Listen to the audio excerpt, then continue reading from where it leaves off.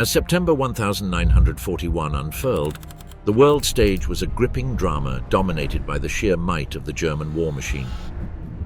From the lively streets of Western Europe to the sprawling deserts of North Africa, German forces appeared to reign supreme, casting a shadow over any serious opposition.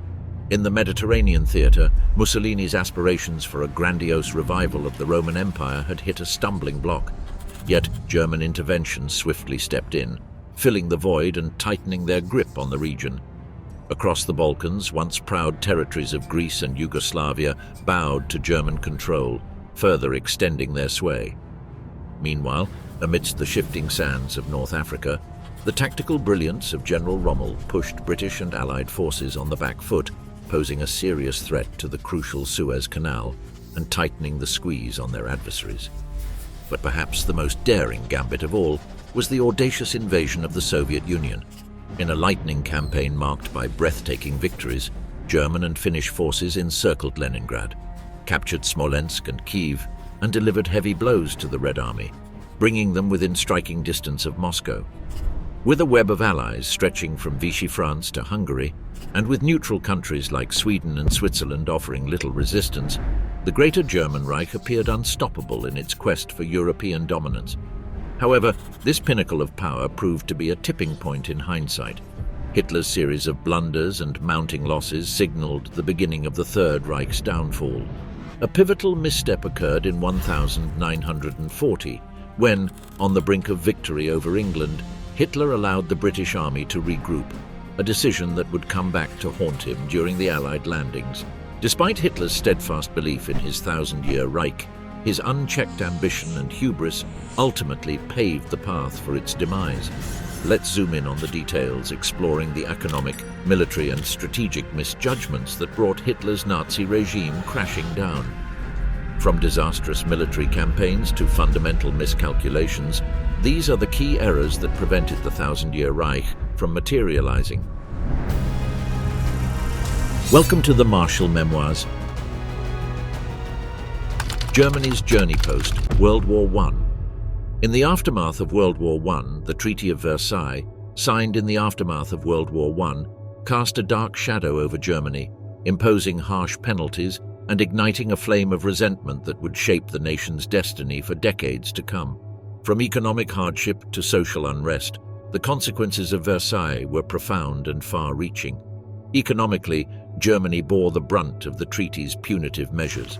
Crippling reparations payments drained the nation's coffers, plunging it into a spiral of hyperinflation and economic instability. The once mighty German mark became virtually worthless, savings evaporated overnight, and basic necessities became luxuries beyond reach for many. The military repercussions of Versailles were equally devastating. Germany was forced to disarm, with severe restrictions placed on its army, navy, and air force. The loss of territory, including the resource-rich Rhineland, further weakened Germany's strategic position and left it vulnerable to future aggression. Socially, the Treaty of Versailles bred a sense of bitterness and resentment among the German populace. The war had taken a heavy toll on the nation, both in terms of lives lost and economic hardship endured. The terms of the treaty were perceived as unjust and humiliating, fueling a desire for vengeance and a longing to restore Germany's former glory. Yet, amidst the despair and desolation, a glimmer of hope emerged. Germany refused to be shackled by the chains of defeat. The seeds of recovery were sown, nurtured by a resilient spirit and a determination to rise from the ashes of war. One of the key architects of Germany's revival was Gustav Stresemann. As Chancellor and later Foreign Minister, Stresemann pursued a policy of reconciliation and cooperation, seeking to mend Germany's fractured relationships with its neighbors and carve out a place for Germany on the world stage.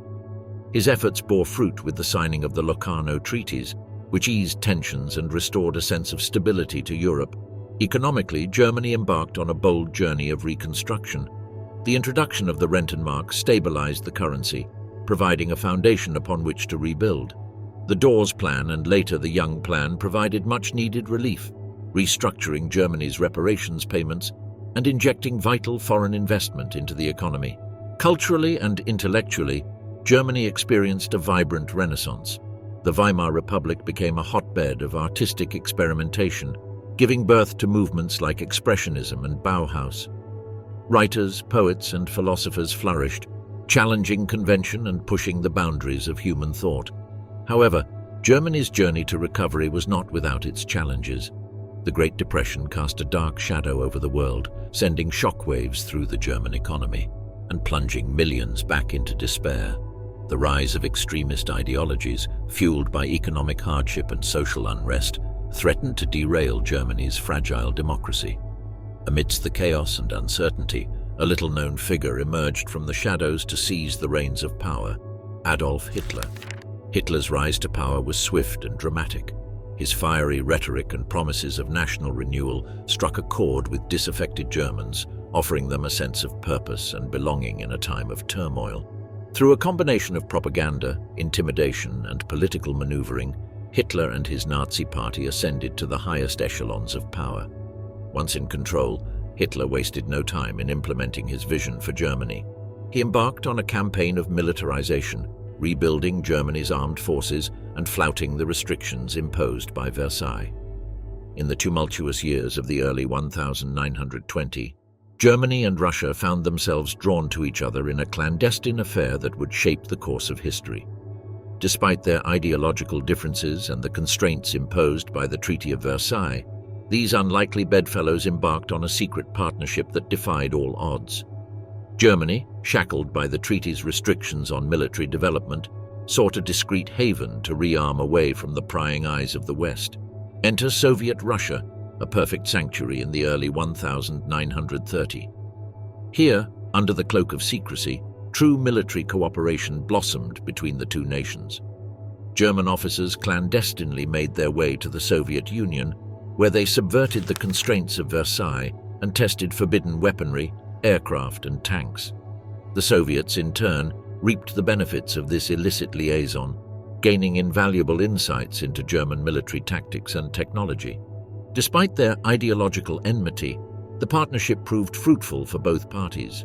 When Hitler rose to power in 1933 and initiated Germany's rearmament, he found himself armed with a wealth of knowledge and resources, courtesy of the covert collaboration with Russia. Tank divisions, infantry units, and the formidable Luftwaffe, the foundations were already laid thanks to the clandestine tryst. But the benefits were not one-sided. The Russians, poised on the brink of becoming the world's largest mechanized military force in 1949, owed much of their success to the training and technology transfers provided by their German counterparts in the tumultuous years of the 1920 and 1930. Though uneasy and fraught with tension, the secret liaison between Germany and Russia paved the way for significant military advancements on both sides. It was a romance born out of necessity, driven by the desire for strength and security in a world plagued by uncertainty. Hitler's military flaws resulted in catastrophes. Adolf Hitler's rise to power and early military successes indeed earned him a reputation as a formidable strategist. His audacious maneuvers, such as the remilitarization of the Rhineland and the annexation of Austria and Czechoslovakia, showcased his ability to exploit political and diplomatic opportunities to expand German territory. However, Hitler's perceived military genius was ultimately undermined by his erratic behavior, dictatorial tendencies, and strategic blunders. Hitler's unchecked power and messianic belief in his own invincibility led to a dangerous cocktail of arrogance and impulsiveness. He frequently overruled his senior military advisors, dismissing their counsel in favor of his own instincts.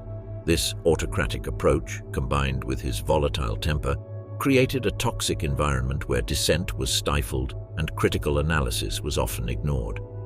As Hitler's power grew, so too did his propensity for irrational decision-making. His increasingly erratic behavior and tendency to lash out in towering rages further alienated him from his advisors and isolated him from dissenting voices. This insular mindset, coupled with a growing detachment from reality, left Hitler susceptible to strategic miscalculations and tactical errors. Hitler's misguided belief in the superiority of German arms and his underestimation of Allied resolve proved to be fatal errors. His ideological obsessions often clouded his judgment and distorted his military priorities.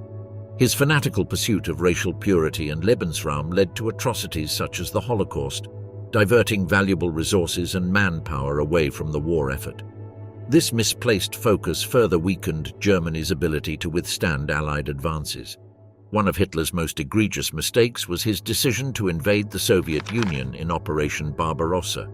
Ignoring the lessons of history and underestimating the resilience of the Soviet people, Hitler launched a massive offensive in June 1941, seeking to crush Stalin's regime and secure vital resources for the Nazi war effort. However, Hitler's miscalculations would soon become apparent as the harsh Russian winter and the tenacity of the Red Army stalled the German advance. The Battle of Stalingrad stands as a testament to Hitler's flawed military tactics. Determined to capture the city that bore Stalin's name, Hitler poured vast resources into the campaign, ignoring the pleas of his generals to prioritize strategic objectives. The resulting siege devolved into a brutal street-by-street fight, draining German manpower and morale. In February 1943, the surrender of the German Sixth Army marked a turning point in the war and a humiliating defeat for Hitler's forces. Hitler's obsession with ideology clouded his judgment on the battlefield. His fanatical commitment to the doctrine of racial superiority led to the diversion of vital resources and manpower toward the implementation of his genocidal policies. The Holocaust, Hitler's systematic extermination of millions of Jews, Romani people, and other marginalized groups, not only stained his regime with unspeakable atrocities, but also diverted critical resources away from the war effort. Another fatal flaw in Hitler's military strategy was his micromanagement of military affairs. Despite lacking formal military training, Hitler often overruled his experienced generals and issued orders based on his own flawed assessments. This interference hindered the effectiveness of the German High Command and led to a series of tactical blunders on the battlefield. One such example was Hitler's refusal to allow a strategic withdrawal from the Eastern Front, even as German forces found themselves overstretched and vulnerable to Soviet counterattacks. Instead of adopting a flexible defense strategy, Hitler insisted on holding every inch of territory, leading to costly defeats and the eventual collapse of the German Eastern Front. Hitler's insistence on waging a multi-front war further stretched German resources to the breaking point. As Allied forces closed in from the west and the Soviet Union launched a massive counter-offensive in the east, Hitler found himself fighting on multiple fronts with dwindling manpower and diminishing supplies. The failure to prioritize strategic objectives and consolidate his defenses hastened the collapse of the Nazi regime. In the final months of the war, as Allied forces closed in on Berlin, Hitler retreated into a delusional fantasy of victory. Refusing to acknowledge the reality of Germany's dire situation, Hitler clung to the belief that salvation was still within reach. His refusal to entertain surrender or negotiate terms with the Allies condemned Germany to further devastation and ensured the total defeat of the Nazi regime. In the end, Hitler's fatal flaws proved to be the undoing of the Third Reich. His reckless militarism, ideological fanaticism, and micromanagement of military affairs led to a series of catastrophic defeats on the battlefield. As the curtain fell on the Nazi regime and Hitler's dreams of world domination crumbled to dust, the lessons of his downfall served as a stark reminder of the dangers of unchecked ambition and hubris. The Führer's leadership proved to be a double-edged sword for the Axis powers. While his early successes bolstered Germany's military might and expanded its territorial holdings, his erratic behavior and strategic blunders ultimately proved to be the Allies' most effective weapon. Tactic failures, Germany's costly gamble on the Eastern Front. World War II. Few acts were as audacious and ambitious as Operation Barbarossa, Adolf Hitler's bold invasion of the Soviet Union. Picture the scene. It's December 18, 1940, and Hitler, fueled by his messianic vision of German dominance, issues Führer Directive 21, setting the stage for one of history's most monumental military campaigns. Fast forward to June 22, 1941, and the stage is set for an epic clash of titans. Over 3.5 million German and Axis troops stand ready to unleash hell along an 1,800-mile front, with the mighty panzer divisions leading the charge. It's a spectacle of unprecedented scale, with 148 divisions, 80% of the German army, poised for battle. The Luftwaffe roars overhead, boasting 2,700 aircraft ready to dominate the skies. With a plan as audacious as its namesake, the medieval Holy Roman Emperor Frederick I, Operation Barbarossa aims to carve a path of conquest from Archangel to Astrakhan, bringing the vast expanse of Soviet territory under German control. Hitler's expectations were sky-high, envisioning a lightning-fast victory that would see Leningrad, Kyiv and Moscow fall within a mere 10 weeks. As the invasion unfolds, the Germans surge forward, their panzer groups tearing through Soviet defenses with ruthless efficiency. Russian forces crumble in the face of the onslaught, aided by devastating Luftwaffe bombings that decimate Soviet airfields and troop concentrations. It's a blitzkrieg in every sense of the word, with the Germans establishing air superiority and advancing at breakneck speed. Army Group North sets its sights on Leningrad, while Army Group Center aims for Minsk, Smolensk, and ultimately Moscow itself. Army Group South faces the fiercest resistance, but even so, the Germans press on, encircling Soviet armies and capturing hundreds of thousands of prisoners. Yet amidst the triumphs of the early days, cracks begin to appear in Hitler's grand design. The Soviets, caught off guard by the ferocity of the German assault, rally their forces and stiffen their resistance. German supply lines stretch thin, and the infantry struggle to keep pace with the lightning-fast panzer divisions. Hitler's strategic blunders only compound the challenges. Despite being within striking distance of Moscow, he diverts resources to other fronts, prioritizing the resource-rich Ukraine over the capture of the Soviet capital. The decision proves costly, as German forces exhaust themselves in a bloody campaign that stretches supply lines to the breaking point. As the weeks turn into months, the tide begins to turn. Soviet resistance stiffens, and German forces find themselves pushed to their limits.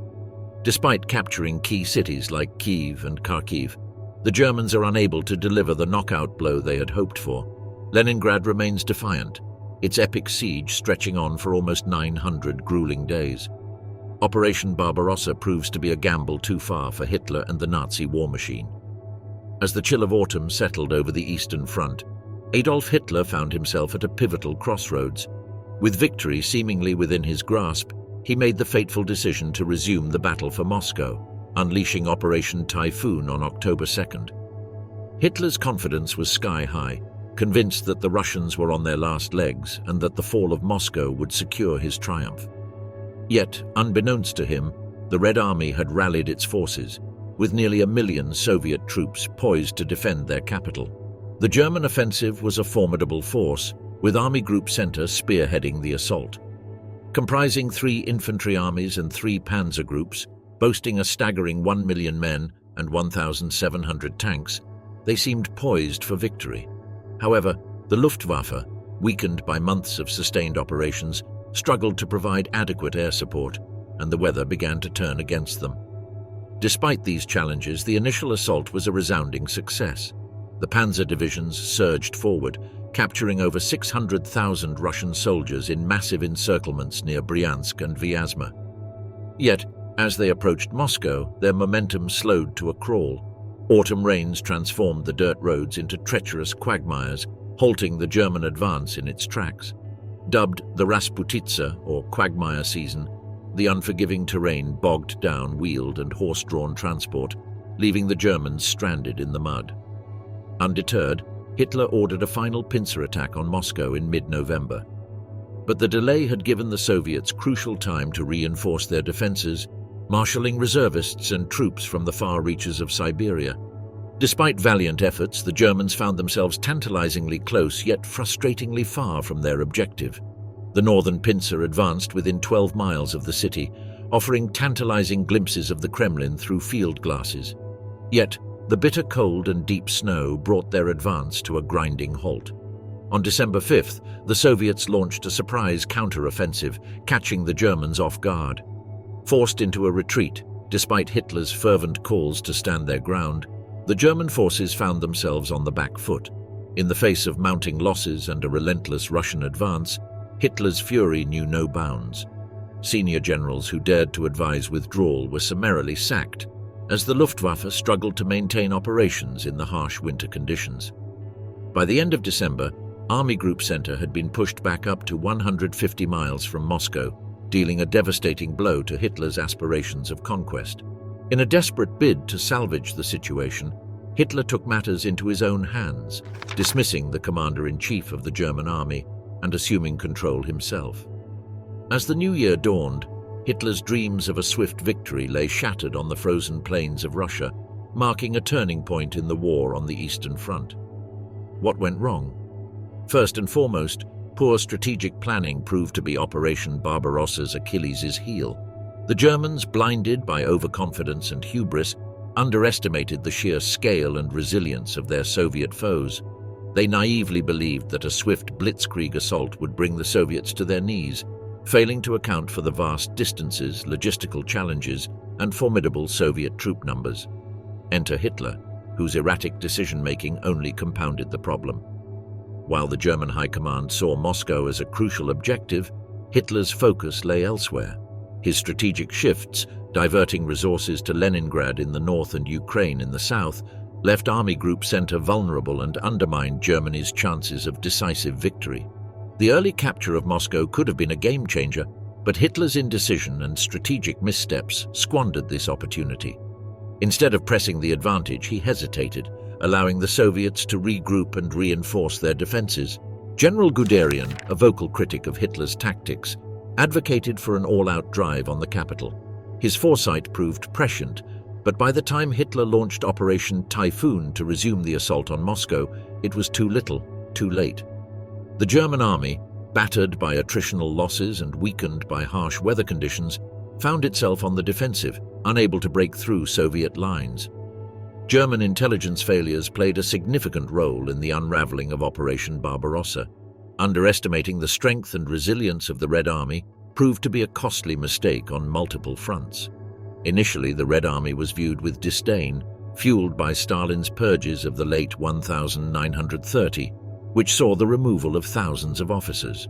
While these purges were temporary in most cases, they instilled a false sense of superiority among the German ranks. Additionally, the Red Army's struggles against the Finns in the winter of 1939-1940 further bolstered German confidence, leading them to underestimate Soviet capabilities. Compounding these errors was the belief that Soviet industry was incapable of producing modern weapons, a misconception that would come back to haunt the Germans on the battlefield. Furthermore, German intelligence consistently underestimated Russian troop numbers and fighting strength, leading to a continuous cycle of surprise reinforcements for the Soviets. The German High Command's planning was myopic, focusing only on the Soviet Western Army groups while disregarding the presence of reserve forces and uncommitted formations in the Russian interior and eastern borders. This oversight left the Germans blindsided by the sheer scale of Soviet resistance. Even as Operation Typhoon ground to a halt in early December, German leaders chose to cling to the illusion that the Soviets had been thoroughly depleted and incapable of mounting a counterattack. This dangerous assumption only exacerbated the dire situation on the Eastern Front. While the Nazists boasted about the might of their panzer groups, reality painted a different picture, one riddled with flaws and shortcomings. At the heart of the German strategy were their revered panzer divisions, the epitome of blitzkrieg warfare. These elite units were hailed for their superior training, leadership, and tactical prowess, yet they were plagued by significant weaknesses. Despite their reputation, the panzer divisions suffered from a glaring deficiency in numbers and equipment. In a puzzling move, German tank strength had been halved in 1940 to allow for the doubling of divisions, a decision that would come back to haunt them. The tanks they did possess were largely outdated, comprising obsolescent light tanks and Czech-built models, rather than the more formidable Panzerkampfwagen III and IV. Worse still, there were scarcely any reserves available to replenish dwindling ranks. Hitler's reluctance to fully mobilize the German economy exacerbated the problem. With inadequate weapons production and a paltry output of just 250 new tanks per month, the German army found itself ill-prepared for the rigors of a major campaign. Even as the Eastern Front beckoned, Hitler diverted precious resources to other theaters, leaving his forces wanting in the face of adversity. On the opposing side, the Red Army may have appeared inferior on paper, but their arsenal told a different story. While the Germans were caught off guard by the innovative T-34 tank, With its revolutionary sloping armor and powerful weaponry, the Soviets were already on the cusp of a technological revolution. Despite initial setbacks and the squandering of T-34s in ill-conceived skirmishes, the Red Army's capacity for tank development and production far outstripped that of the Germans. Behind the scenes, Soviet industry was undergoing a transformation, mobilizing for war and relocating vital factories to the Urals. This logistical feat ensured a steady supply of tanks, aircraft, and munitions, bolstering Soviet resilience in the face of adversity. In essence, while the Germans boasted about their panzer prowess, the reality was a far cry from their boasts. Hindered by inadequate production, outdated equipment, and strategic missteps, they found themselves outmatched by the industrious might of the Soviet war machine. The German war machine may have been formidable, but it was not immune to the logistical challenges posed by the vast expanse of Soviet territory. As the German forces pushed deeper into Soviet land, their advance was hampered by a critical dependency on timely supplies of fuel and ammunition. Unlike the swift campaigns of France, the distances in the east were vast, and the Soviet transport infrastructure woefully inadequate. German engineers grappled with the task of converting the Russian railway gauge to accommodate their own locomotives and rolling stock, while supply convoys struggled along treacherous Russian dirt roads rendered impassable by rain. The harsh realities of the Russian terrain were a rude awakening for the German planners. Forests, marshes, and rivers proved formidable obstacles, slowing the advance during the summer months. Come autumn, the Rasputitsa, the notorious quagmire season, brought the offensive to a grinding halt during Operation Typhoon. As temperatures plummeted to record lows, tank lubricants froze, and winter clothing supplies languished in Poland, overshadowed by the urgent need for fuel and ammunition. In the face of these logistical nightmares, inadequately equipped German troops found themselves ill-prepared for the brutal Russian winter, a stark symbol of Operation Barbarossa's ultimate failure. Tactic failures, Germany's declaration of war on the US, and the miracle of Dunkirk. December 8, 1941, a day etched in history as President Franklin D. Roosevelt stood tall before Congress, rallying the nation for war against Japan. But amidst the fervor, Germany lurked in the shadows, unmentioned, untargeted. It seemed the war's theater was set for a singular act until Hitler decided to pen his own catastrophic script. In a mere 334 words, Hitler sealed the Third Reich's fate before the Reichstag, a move of monumental stupidity that even left strategists baffled. The world watched in disbelief as the Axis powers now faced the wrath of the sleeping American giant, stirred by the attack on Pearl Harbor. But rewind a few days, and the Allies were grappling with uncertainty. With America poised to enter the fray, the script seemed clear. Japan first, then Germany. Yet fate had other plans. As the year drew to a close, a glimmer of hope emerged for the Allies. British resilience stood firm, launching counterattacks against German forces. Meanwhile, on the Eastern Front, the Soviets dealt a heavy blow to the Wehrmacht, setting the stage for a shifting tide. Amidst this turmoil, Hitler's reaction to Pearl Harbor was nothing short of madness. Abandoning his Prussian headquarters mid-crisis, he rushed to Berlin to make his ill-fated proclamation. In his mind, war with the United States was inevitable, a belief rooted in his misguided perception of American military might. Why did he do it? Historians have pondered this question for decades. Perhaps it was his arrogance, underestimating America's industrial prowess. Or maybe it was his fatalistic view, believing war was imminent and better fought on his terms. Regardless of the motive, Hitler's declaration plunged Germany into a two-front war against the world's economic powerhouses. It was a move that would echo through history as one of the most colossal blunders of all time, sealing the fate of the Third Reich in a mere 334 words. May 10th, 1940, another pivotal moment on the coast of northern France. German forces, spearheaded by General Heinz Guderian's panzers, blitzed through the Ardennes forest, shattering French defenses at Sedan. Within a mere 10 days, they're 20 miles from the English Channel, poised to deliver a knockout blow. France, caught off guard and reeling, teeters on the brink of collapse. Victory seems within Hitler's grasp, the perfect opportunity to knock out one foe and sideline another. But fate had other plans. Even as the Wehrmacht was on the cusp of victory, Hitler's next move proved to be his greatest blunder. Instead of sealing the deal, he inadvertently gifted his most dogged adversary, Winston Churchill, with a lifeline, the British Expeditionary Force, BEF.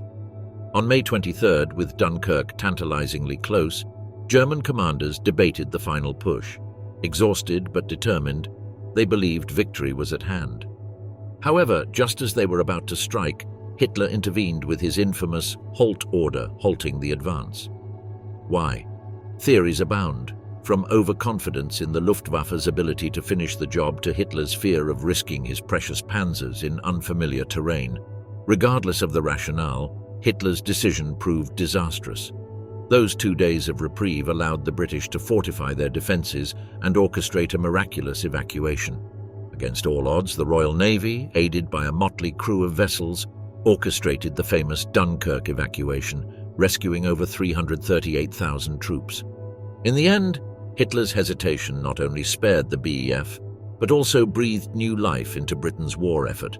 Those rescued soldiers became the backbone of a revitalized army, ensuring that Hitler's missed opportunity would go down in history as one of the war's most pivotal moments. Tactic failures. Hitler's missed maritime masterstroke. As the Royal Navy shielded the English Channel and the RAF ruled the skies, Britain seemed impregnable. But beneath the waves lurked a lethal threat, one that had once brought Britain to its knees in 1917, the U-boat. Hitler, however, failed to grasp their potential until it was almost too late. In the late 1930, while resources poured into a surface fleet of limited value, the U-boats languished in neglect. Imagine if those wasted resources had fueled a fleet of silent killers instead. By the dawn of the war, Germany boasted a meager fleet of 57 U-boats, a fraction of what could have been. Yet even in their scarcity, they proved devastating. With just 25 left by mid-1940, they wrought havoc on Allied shipping, sinking over 225 merchant vessels and nearly 700,000 tons of cargo. It wasn't until February 1941, under Directive 23, that Hitler finally recognized their potential, ordering a frenzied U-boat production. Over 1,100 U-boats prowled the seas by war's end, with 450 still in service in 1945. By early 1943, the U-boats had Britain in their grip, forcing the Allies to prioritize the Battle of the Atlantic. But just as victory seemed assured, the tide shifted. Improved tactics, advanced technology, and a stroke of luck with a broken code turned the tables. March 1943 marked the turning point. The U-boats continued their deadly dance beneath the waves, sinking Allied ships with ruthless efficiency. Yet their own losses mounted, casting a shadow over their formidable reputation. By the war's end, Germany mourned the loss of almost 800 U-boats and over 30,000 brave souls who manned them. Their sacrifice was not in vain, for they succeeded in crippling Allied shipping to the tune of nearly 14 million tons. But their victories were overshadowed by the overwhelming industrial might of the United States. With a staggering 40 million tons of additional shipping churned out during the war, the U-boats found themselves outmatched. To put it in perspective, the entire British merchant fleet in 1940 amounted to less than 18 million tons. Had Germany unleashed its full U-boat arsenal from the war's outset, the outcome for Britain would have been dire indeed. What had once been a hunting ground for U-boats became their graveyard, as the North Atlantic swallowed them whole. Tactic failures, Hitler's belated reinforcements in Africa, and Hitler's D-Day Dithering. In North Africa, 1941, Erwin Rommel, known as the Desert Fox, is tasked with commanding German forces in a theatre deemed by Hitler as a mere sideshow. For 2 long years, Rommel, like a lone gunslinger in a dusty frontier town, fought against overwhelming odds, his valor overshadowed by Hitler's reluctance to send reinforcements. Despite being heavily outnumbered, Rommel carved his legacy in the sands of North Africa, winning battles and earning admiration. But as the tides of war shifted, so did Hitler's stance. It wasn't until the dust settled at the Battle of El Alamein and the Allied boots landed on North African shores in November 1942 that Hitler finally stirred. Suddenly, with a sense of urgency born of desperation, he ordered a massive reinforcement of Rommel's army. Tens of thousands of German troops descended upon Tunisia as a flood unleashed too late to stem the tide. The die was cast, the outcome all but certain. In May 1943, the echoes of defeat reverberated across the sands of Tunis as approximately 230,000 Axis troops, including Rommel's legendary Afrika Korps, surrendered. Their valiant efforts, though commendable, came too late to alter the course of history. As Northern Europe beckoned with its own battles and challenges, the absence of these seasoned veterans was keenly felt, a poignant reminder of the cost of hesitation in the face of adversity. As the tides of war surged across Europe in early 1944, even the staunchest German military minds could sense the impending showdown for Northern Europe. The Allies, with their formidable might, were poised for a decisive channel crossing, and the stage was set for a battle of epic proportions. Amidst the whispers of impending conflict, Hitler, in a rare moment of clarity, foresaw the battleground: Normandy. Yet in a twist of fate that would echo through history, Hitler's foresight was overshadowed by his own hesitation. Despite his intuition, he faltered in his resolve, plagued by doubts and suspicions. When the Allies descended upon Normandy's shores, Hitler, gripped by paranoia, believed it to be a mere diversion. Convinced that the true assault lay elsewhere, his forces remained immobilized, a critical error that would haunt the German war effort. Had Hitler acted decisively, committing his forces to the defense of Normandy from the outset, the Allies would have faced a formidable barrage, a living hell that could have halted their advance and turned the tide of the invasion. But his indecision proved costly. 19 divisions, including the formidable panzer divisions, sat idle on D-Day, their might untapped and their potential wasted. Weeks passed, and Hitler's suspicions only grew. It wasn't until the waning days of July that he begrudgingly authorized the movement of a single division, a feeble response to the relentless Allied onslaught. By then, the die was cast, and the German line teetered on the brink of collapse. Compounding his blunder, Hitler issued a fatal decree: Normandy must be held at all costs. This stubborn insistence on defense at any price ensured that when the inevitable breakthrough came, the remnants of his forces would be ill-prepared and ill-equipped for the challenges ahead. Mobile operations were but a distant dream, and the defensive fortifications that once guarded Germany's borders now seemed a distant memory. Tactic failures, Hitler's second roll of the dice at the Ardennes. In 1944, as the bitter winds of winter swept across the battle-scarred landscapes of Europe, the Allied armies stood poised for the final push into the heart of Germany. Sensing the impending storm, the Wehrmacht scrambled to bolster its defenses, mustering what remained of its depleted forces for a last-ditch effort to stem the tide of war.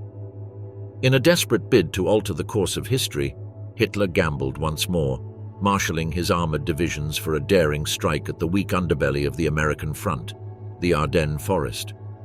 It was a bold move, fraught with peril, yet Hitler clung to the hope of a miraculous turnaround, reminiscent of the glory days of 1940. But the Ardennes offensive was doomed from the start. Despite the bravado of the German war machine, the terrain proved treacherous, the conditions harsh and the odds insurmountable. While the attack may have momentarily stalled the Allied advance, it lacked the strategic depth to deliver a decisive blow. Hitler, blinded by delusions of grandeur, squandered his mobile forces in a futile bid for glory, sacrificing Germany's last hope of salvation on the altar of his own folly. In the annals of military history, the Battle of the Bulge stands as a stark reminder of the perils of misplaced ambition and reckless strategy. Hitler's ill-fated gamble, while a testament to the operational prowess of the German army, ultimately sealed the fate of the Third Reich. Yet amidst the chaos and carnage of war, a glimmer of resilience emerged. Despite the catastrophic failures of their leaders, the German soldiers fought with a ferocity that belied their dire circumstances. Even in the twilight of the conflict, the Wehrmacht unleashed a relentless barrage upon their adversaries, inflicting staggering losses in a desperate bid for survival. But it was too little, too late. The die had been cast, and the march of history was inexorable. In the end, Hitler's legacy was not one of triumph, but of tragedy, a cautionary tale of hubris and folly, and a stark reminder of the cost of unchecked ambition. As the dust settled on the blood-soaked battlefields of Europe, one thing remained clear. The Wehrmacht's valor could not rewrite the annals of history. Incompetence at the helm had sealed Germany's fate, and the world would forever remember Hitler not as a master tactician, but as one of history's greatest blunderers. The struggle for resources. The fundamental problem facing Hitler was that Germany simply did not have the resources to fight on so many different fronts at the same time. Leading economic managers such as Fritz Todt had already begun to realize this. When Todt was killed in a plane crash on 8 February 1942, his place as armaments minister was taken by Hitler's personal architect, the young Albert Speer. Imbued with an unquestioning faith in Hitler and his will to win, Speer restructured and rationalized the arms production system, building on reforms already begun by Todt. His methods helped increase dramatically the number of planes and tanks manufactured in German plants and boosted the supply of ammunition to the troops.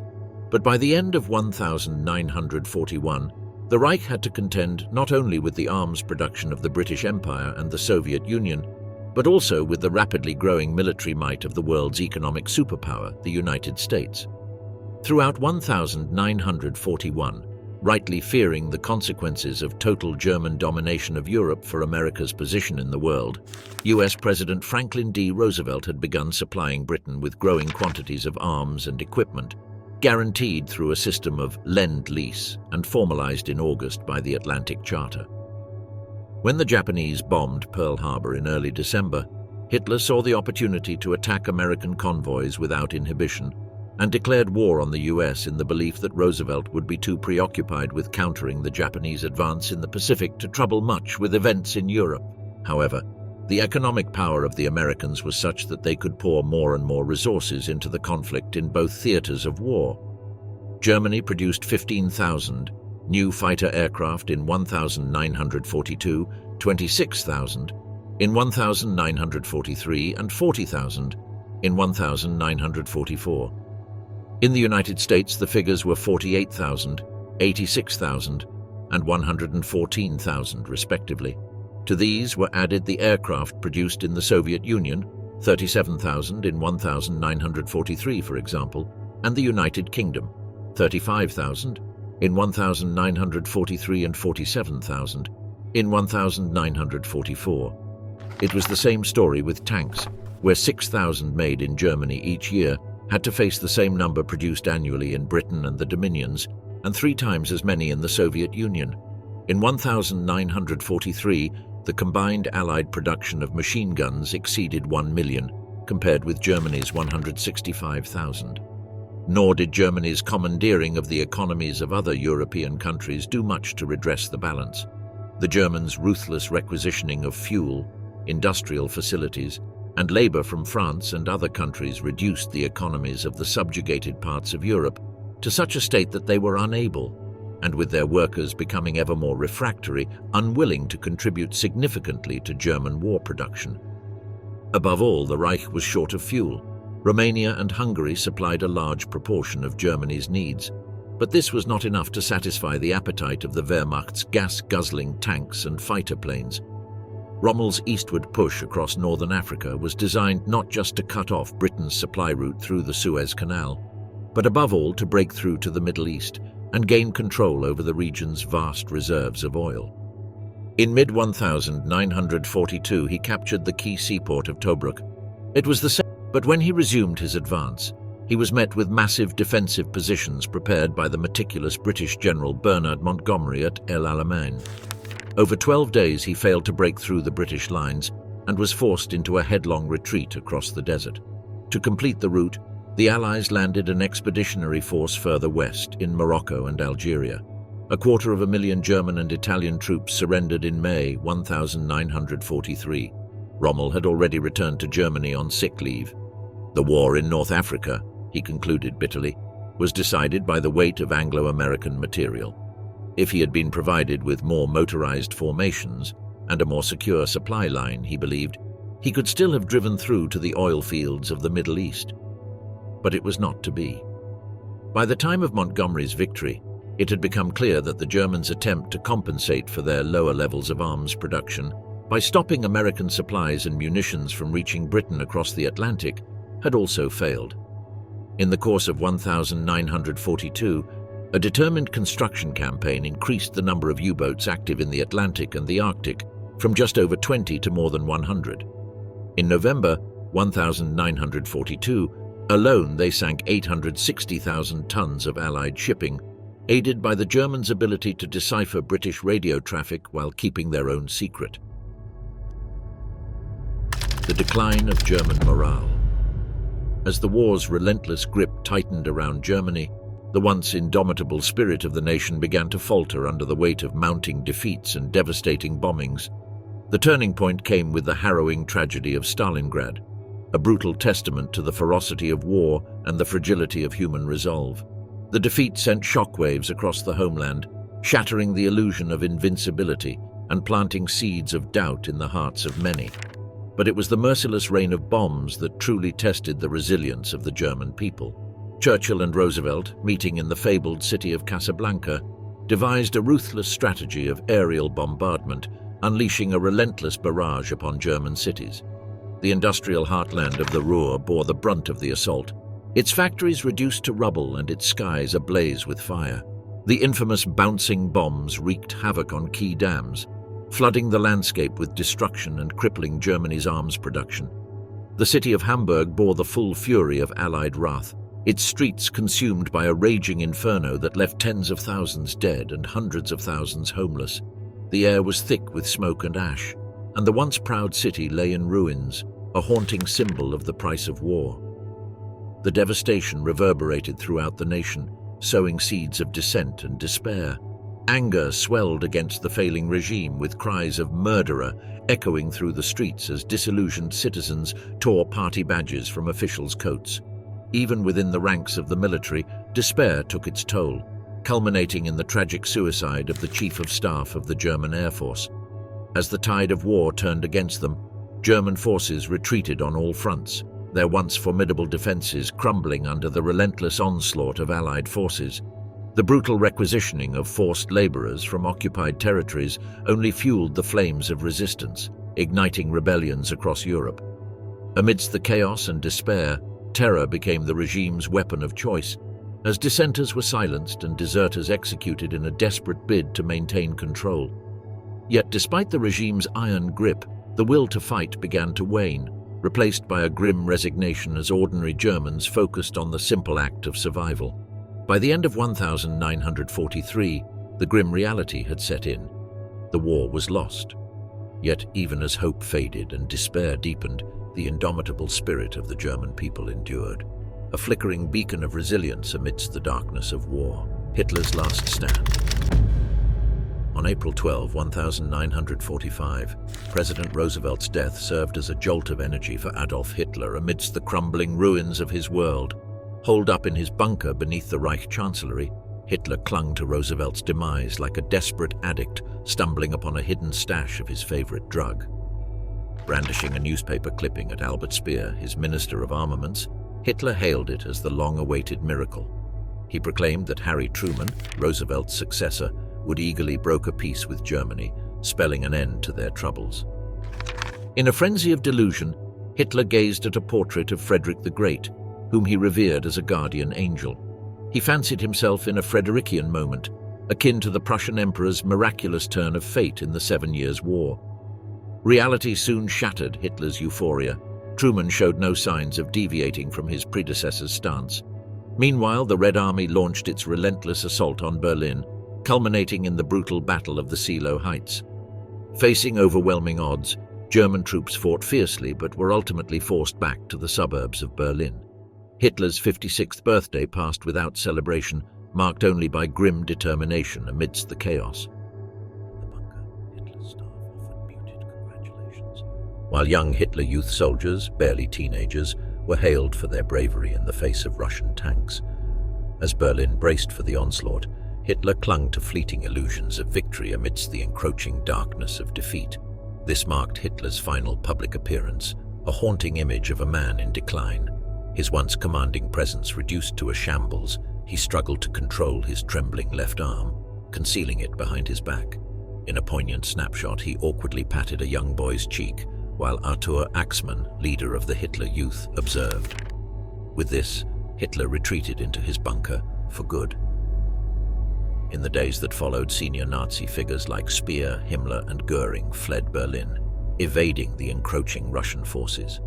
Despite mounting pressure, Hitler adamantly refused to abandon his post, determined to go down fighting. Martin Bormann remained steadfast alongside Hitler, while Joseph Goebbels arrived later with his family to make the bunker their final refuge.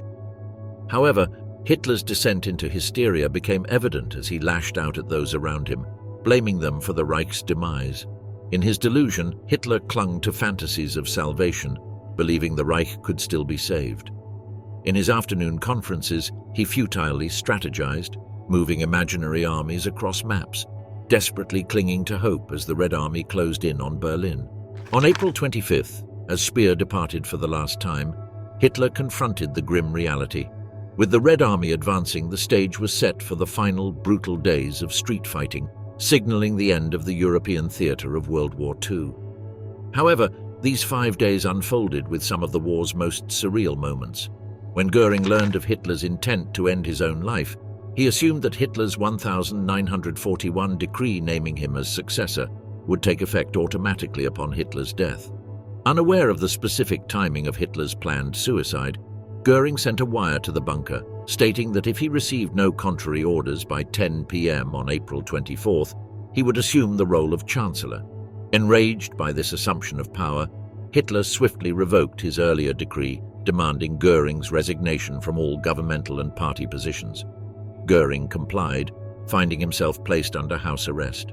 Meanwhile, Himmler was discovered attempting secret negotiations with Britain through the Swedish Red Cross, seeking a negotiated surrender. Though these efforts made little progress, Hitler deemed Himmler's overture a profound betrayal. Swift retribution followed. Although Himmler was absent, one of his subordinates, SS officer Hermann Fegelein, was present in Hitler's entourage. Fegelein, married to Gretel, Eva Braun's sister, faced accusations of corruption. Hitler wasted no time in ordering his execution after a hasty court-martial found him guilty of dereliction of duty. On the evening of April 28th, just hours before Hitler's marriage to Eva, Fegelein was shot. Hitler's union with Eva, his sister-in-law, in an impromptu bunker ceremony, lasted a mere 40 hours. By 3:30 p.m. on April 30th, both Hitler and Braun had met their tragic end.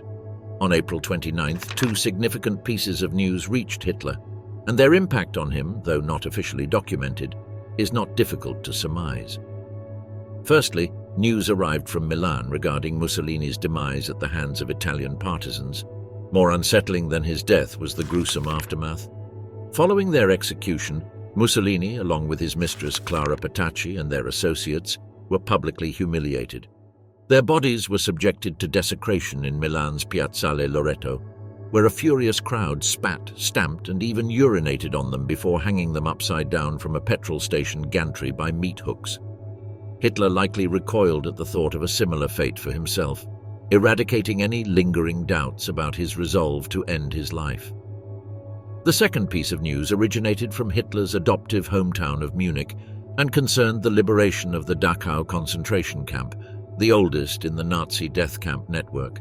This camp, touted as a model facility by senior Nazis, became a scene of horror as American forces arrived. A chilling account describes a confrontation between a German lieutenant and an American major, culminating in the German officer's execution. This incident, along with the horrific conditions discovered at Dachau, likely further reinforced Hitler's understanding of the inevitable collapse of his regime. Meanwhile, on April 29th, the Red Army surged into Potsdamer Platz, the heart of Berlin, with over 2 million soldiers. General Heinrici, responsible for defending the capital, resigned in frustration at Hitler's increasingly irrational orders. By evening, shells were raining down on the Reich Chancellery, signaling the endgame for Hitler. In a bizarre turn of events, Hitler and Eva Braun hastily wed in the bunker, presided over by a Berlin city councillor who had to step away from his guard duty. Their marriage breakfast was a grim affair, followed by Hitler dictating his final testaments to a secretary. By evening on April 30th, Their charred remains, as Hitler desired, were buried in a corner of the Chancellery garden. That same evening, Viktor Temin, a prominent Russian war photographer, convinced Marshal Zhukov to allow him to capture an iconic image, a Red Army soldier hoisting the red flag atop the Reichstag. The next morning, the Russian newspaper Pravda featured the powerful image on its front page, symbolizing the defeat of Nazi Germany by the Soviet Union.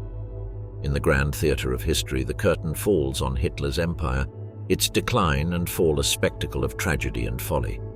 From the heights of power to the depths of despair, Adolf Hitler's dreams of conquest crumbled under the weight of Allied resolve and the inexorable march of time. In the end, Hitler's empire collapsed not only under the might of Allied armies, but also under the weight of its own hubris. His name stands not as a conqueror, but as a cautionary tale of the perils of tyranny and the triumph of the human spirit. And as the world emerged from the shadow of war, a new dawn broke, heralding a future built on the ashes of Hitler's folly.